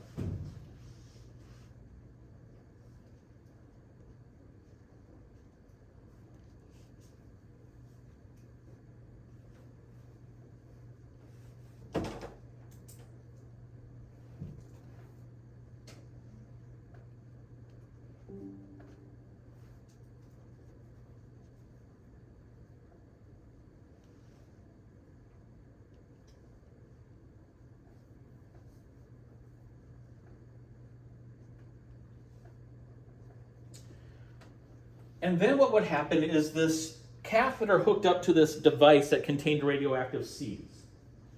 And we would deploy radioactive seeds down this catheter to the location of the stent. The seeds would stay in the catheter, so they don't move out of the catheter. The seeds are just pushed down to the distal end of the catheter, and the seeds just sit in that stent for a period of a few minutes. Okay?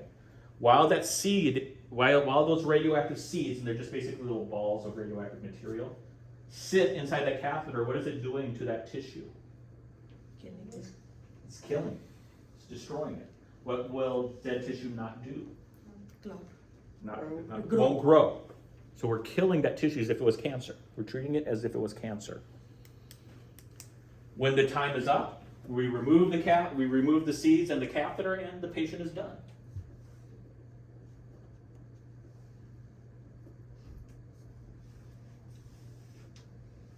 Do we do anything with the dead tissue? Do we like go in and? Nope, because it just atrophies. Oh. And the body will absorb. Okay. We remove the seeds and catheter, and the system is done. This is dangerous for us to handle as well, right? It's kind of funny. it's stored in a lead lined case. I'm gonna bring up a picture here. So this is more like a nuclear medicine, Nope, this is us. us? Has to be in a catheter, has to go down there. Here it is. This is what the device looks like.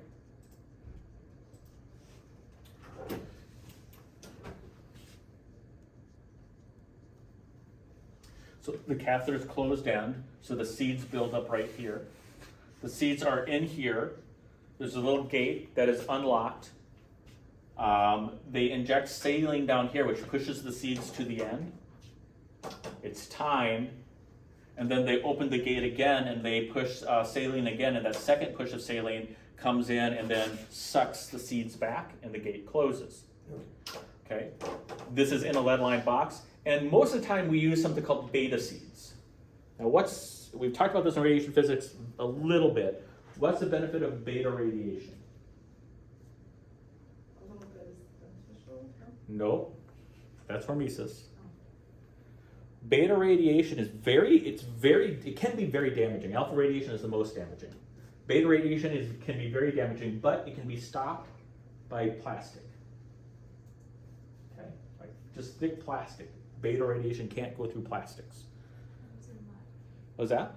It's in a lead box, but this covering right here is plastic. Everything around it is plastic, so beta radiation can't. The catheter is thin enough that once it's in the catheter, it can emit and hit the tissue. But as long as it's in this device and in the lead box, it's pretty safe. Okay. That's cool.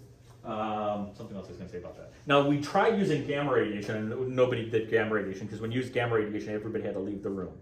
You would deploy it, and then everyone has to leave, and then come back after those minutes it out. So we tried gamma.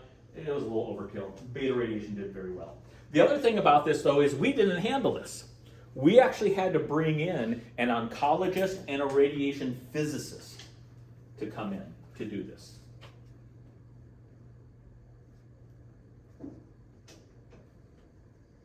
What's an oncologist? Cancer doctor. Cancer doctor.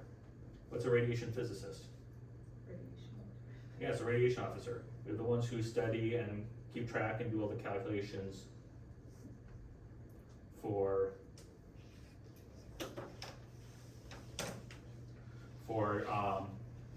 cancer. This required an oncologist and radiation physicist. So once we get the catheter in place, once the cardiologist and us got the catheter in place, we would actually just step out of the room, and then the oncologist and the radiation physicist would do all the calculations. How long does it have to be left in the body? Do the timing, deploy it, and bring it back. And when it was done, they would pack up their stuff, and we'd come back in the room and finish up whatever else we needed to do. Okay. It worked really well. Brachytherapy worked very, very well. So this for beta, for gamma, or just? This is for both, no matter what. But gamma kind of we bailed on a gamma really early in the study. Beta is what we went with. Gamma was like too powerful?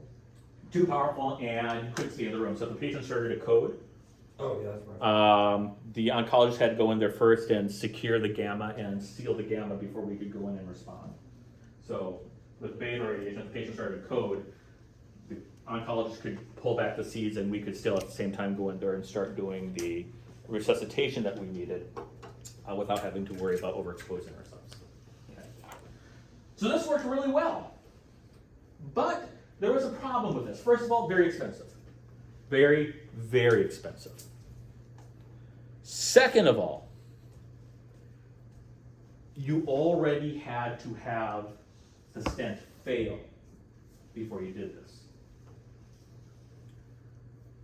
You couldn't do this right away, because if you exposed the stent to this right away before the intima tissue grew over the stent, the intima tissue would never grow over that stent.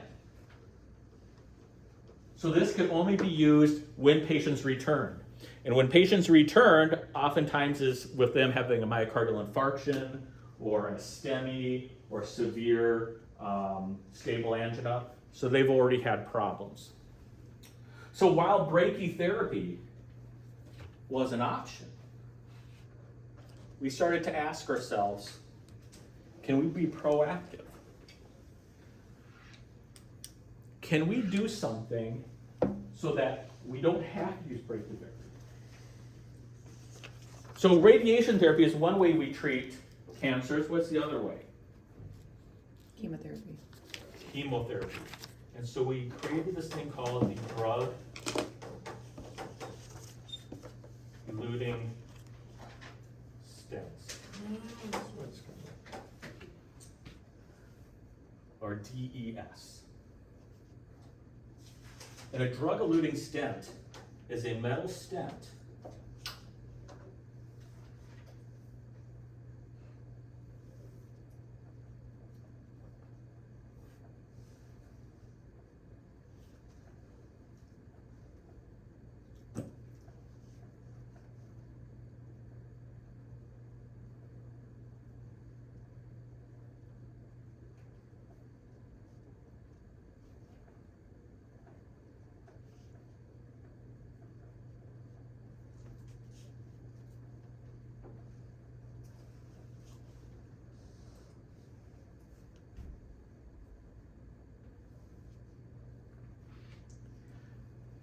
A drug-eluting stent is a metal stent that is coated with a chemotherapy drug, and I'm going to also put in.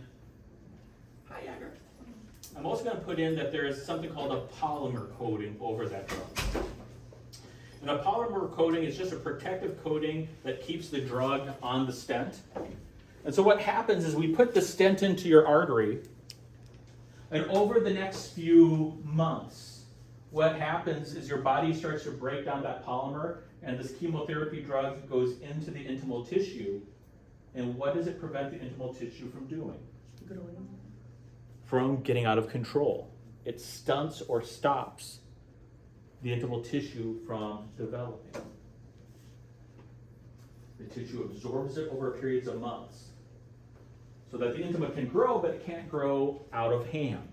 When it starts to grow out of hand, the drug stops it or kills it. Beautiful, isn't it?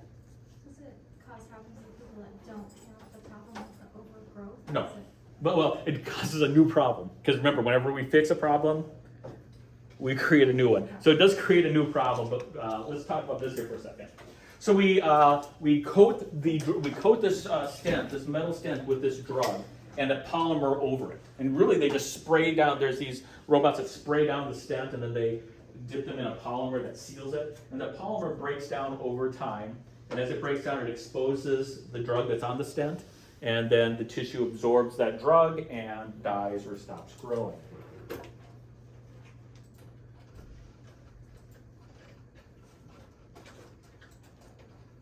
Come on. I'm doing what you think I'm doing.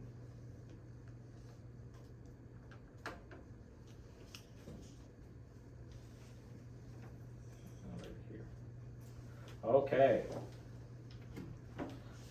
So, your book has a big picture, and I like this picture because it really goes over a lot of the medications. So this is the idea. We have this drug-eluting stent. We have the stent itself.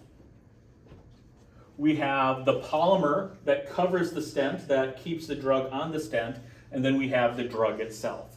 So DES has the stent, the coating over it, and then the drug that is protected by the coating.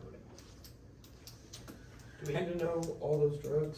There's several ones that you do need to know. Okay. Absolutely. So, the drugs that we use, primarily there are two of these that we use the most. Some of these are still under research. But the two major categories are the sirolimus drugs and the paclitaxel drugs, also known as taxane. These are the drugs that are currently being used. Now, sirolimus, there's a whole bunch of branches off of sirolimus. There's a lot of different illnesses. So all the illnesses that we'll talk about here in a second are all from this family. Paclitaxel is its own family.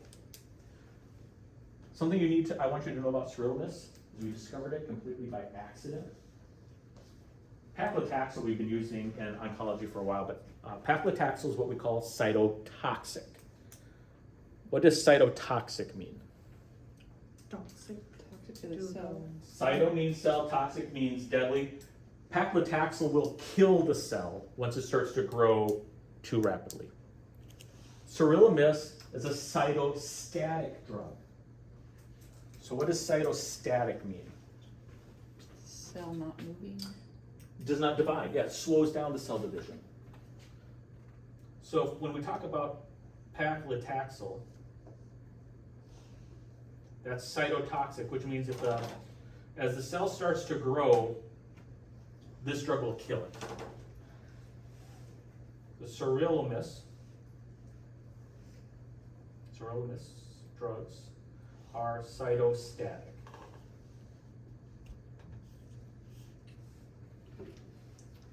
Which means if the cell starts to grow too rapidly and it absorbs this chemical, it slows down and stops growing. One will kill the cell once it starts growing too quickly. One will slow down and stop. They both do the same, have the same effect. One cytotoxic, one cytostatic.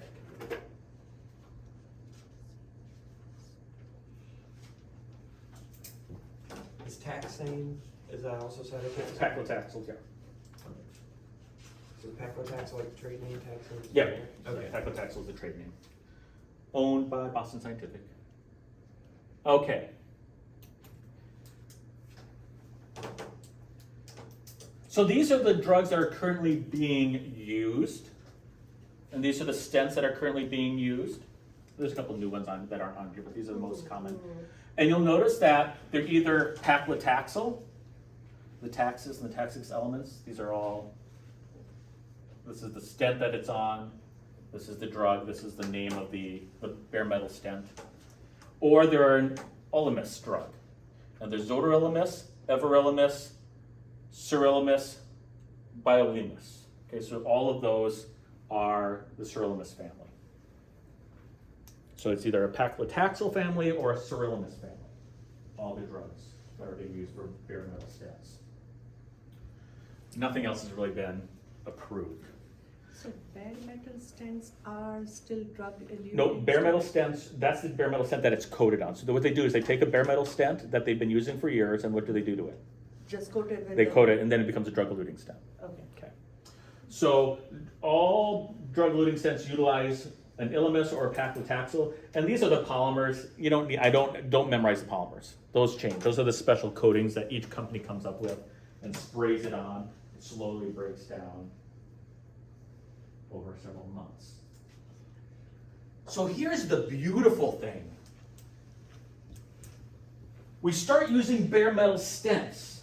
We have a return rate of 20 to 40%. We start doing drug-eluting stents. What do you think our restenosis rate goes to?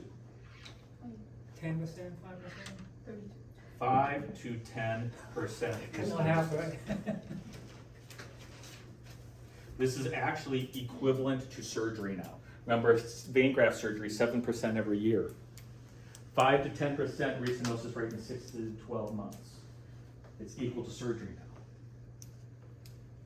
Isn't that awesome? We solved the problem, right? The first problem, angioplasty, the problem was vaso remodeling. We're like, great, let's put a stent in. Then the stents failed because of clotting. Then we're like, okay, we're going to put an anti-clotting medication in. Then the stents failed because of neointimal hyperplasia. Fine, we'll fix neointimal hyperplasia, we're going to treat it with radiation and all this other stuff. Oh, we created a new stent. It's called a drug-eluting stent that has a chemical on it. We put the chemical drugs in, the restenosis rate falls to 5 to 10%, which is almost equivalent to surgery. We don't think right now we can get much better. But every time we create something, what do? Create something. New problem. What about?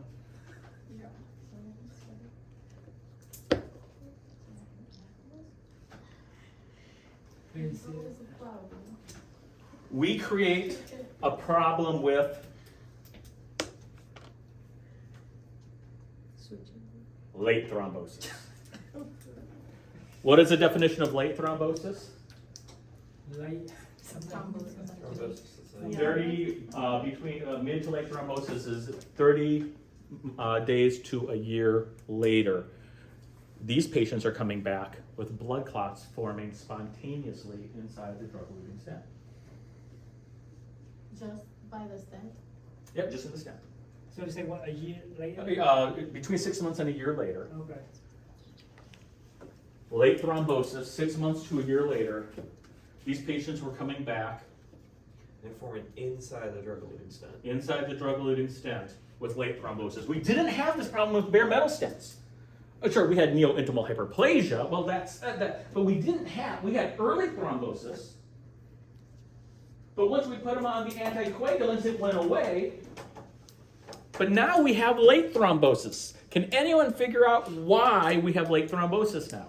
They have an allergy to the. I don't know, it's a good guess, that's what we thought at first. What were you- Drugs not working? Nope, the drugs are working, that's part of the problem. The drugs, the body get used to the drugs and they No, start growing? because remember, this isn't intimal hyperplasia. This has nothing to do with intimal growth. This is purely a blood clot suddenly forming inside this stent. 6 to 12 months after we put it in. When we put bare metal stents in, what happened within 6 to 12 months? It grew over the stent. The intima grew over the stent, and what could we remove them from? The Antiplatelets. What does this drug do? Does it let it grow? It doesn't let it grow. So what happens to that safety covering that we want over the stent? It's not there. It's not there yet. So we wanted to stop the intima, but we did it too well. We want intima to grow over the stents so that blood won't clot around the stent anymore. But what these drugs do is they inhibit or slow down the intima from growing around the stent. So when the patients stopped taking their anticoagulant medications, when we told them to, about 6 months to a year out, what happened? There's no safety net there. We get rid of that anti-clotting medication, and what will the blood automatically start to do at that site? clot. It'll automatically start to clot again. A thicker, coating to keep the chemotherapy drug from hitting the wall. But if we have a thicker coating, then it takes longer for it to take effect, and the intima can start to grow. But you wanted that, right? But we don't want it to grow too much. So you either kill it and stop it as it starts to grow, or it doesn't work. Have it work. Nope, you can't have it both ways. So now to solve this, patients are on antiplatelets. Longer.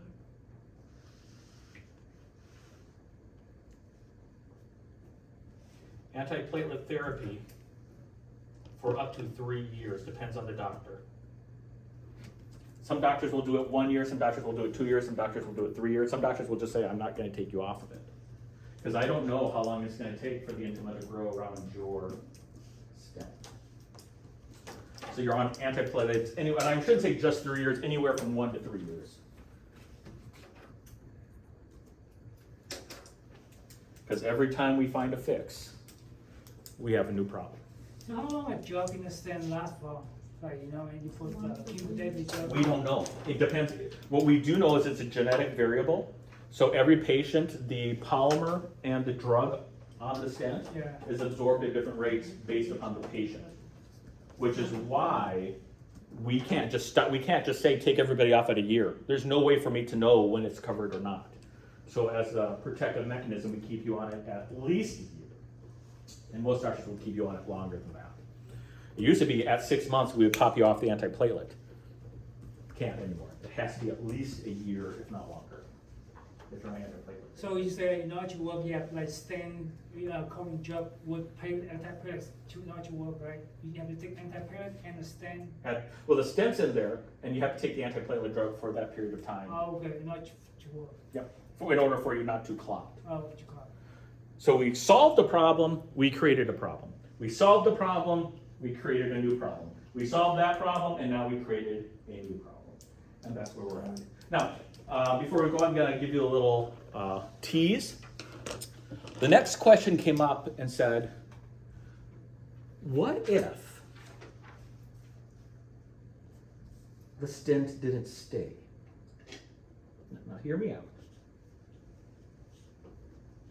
Angioplasty failed because the smooth muscle has a memory and it wants to collapse back down. I don't need something permanently in the artery. I just need something in the artery to train the artery to stay this size. Does that make sense? To keep this stretch. It has to be malleable, it has to be able to expand, it has to be strong enough. And then, when I put that in, intimal starts to grow around it rapidly. What if I can create something that goes in the artery, embeds itself into the artery, trains the artery to stay this size? Now, unlike other places in my body, once we do that, the body will automatically start to grow around it. So I can't just go in there with another device and remove it. That's impossible in the coronaries. You can't do that. Once a device is deployed, the vessel starts to grow around it. You can't go in and just remove it. But what if I created a stent that your body absorbed over time? So I put a stent in there, metallic substance, that holds the artery open, but over the next few months to years, your body starts to break that stent down. Biodegradable. Your body absorbs that stent over the time, so neointimal hyperplasia won't be occurring because it's not constantly pushing on the vessel. It's not constantly stimulating the vessel. And I'm training the artery so that it won't constrict back down. And since it's going to be absorbed, I don't have to worry about thrombus after a period of time. Because the stent is no longer there. Whether or not the intima grew around it doesn't matter, because after a period of time, the stent is gone. How about you come back to be narrow again? when it's Well, still but growing? we've trained it. We opened it up. When we've proven that if we open it up long enough, it will stay. And so we tried to create a biodegradable stent. That is the next field of technology. We had one. It looked like this. This is the BVS stent. This is what it looked like. It was balloon expandable. It was actually drug-eluting. It absorbed within about 2 to 3 years. It failed miserably. It didn't work. We don't know why. The small studies we did say this should work. When we opened it up and did a wide-scale deployment of it, it failed. However, we're not giving up. In the future, biodegradable stents will replace drug-eluting stents and metal stents. We just have to get the structure and the components right. We thought we had it, it failed. We had to go back to the drawing board, but in the future, our stents will be bioabsorbable. How far in the future? I'm hoping pretty soon, but that will be the future. But until then, it's all drug-eluting stents. Probably 97% of all stents put into the body are drug-eluting. So when you say fail, you mean like, It had high restenosis rates oh, and high thrombotic effects, and we don't know why. after stent gone, it's Yep, and they're still studying. They're still studying the patients that they put them in, that they failed in. They're still trying to figure out what went wrong, because we did small studies for FDA clearance, and it said, hey, this should work pretty good. But when we started putting them in, the question is, did people put them in wrong? Did we inflate them poorly? You have to treat them a little bit differently than regular stents. There's so many variables, we don't know why they failed.